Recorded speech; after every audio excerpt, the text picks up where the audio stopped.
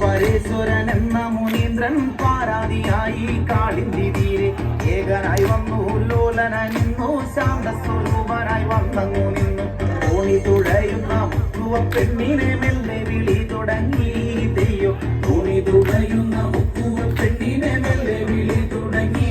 തെയ്യോ മുക്കുവ പെണ്ണു വിളി കേട്ടുണർന്നു ആടകളെല്ലാം വാരിയണിഞ്ഞു ദീപത്തിൻ വേഗം തിരിയും കൊളുത്തി തന്റെ കുടിലിന്റെ മറയങ്ങു നീക്കി നോക്കിയ നേരം മാമുനി ഏകനായി നിൽക്കണ കാഴ്ച കണ്ടേ തെയ്യോ നോക്കിയ നേരം മാമുനി ഏകനായി നിൽക്കണ കാഴ്ച കണ്ടേ തെയ്യോ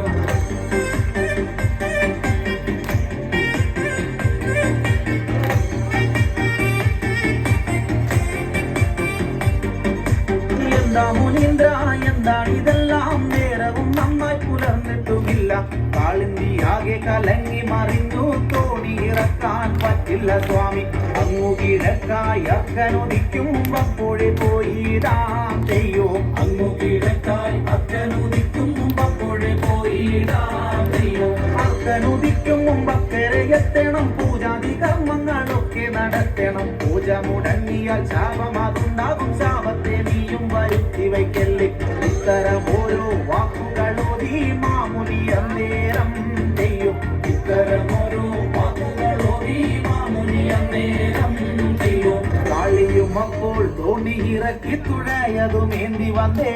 തെയ്യോ കാളിയും അപ്പോൾ തോണി ഇറക്കി തുഴയതുമേന്തി വന്നേ തെയ്യോ ഓളം കഴുകിത്താൽ ഓടിയും അങ്ങിനെ മെല്ലവർ നീങ്ങിടുന്നേ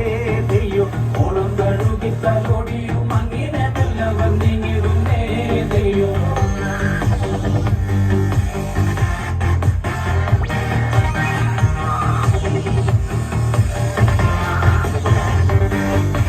കാളിന്തിയാറിന്റെ മധ്യമകത്തായി കാളി തുഴയുന്ന തോണിയിലേറി സുന്ദരിയായ കാളിയെ കണ്ടിട്ട് മാമുനി തന്റെ മനസ്സു നിളകി തോണി തുഴയും മുക്കുവ പെണ്ണെ നിന്റെ പേരെന്താണേ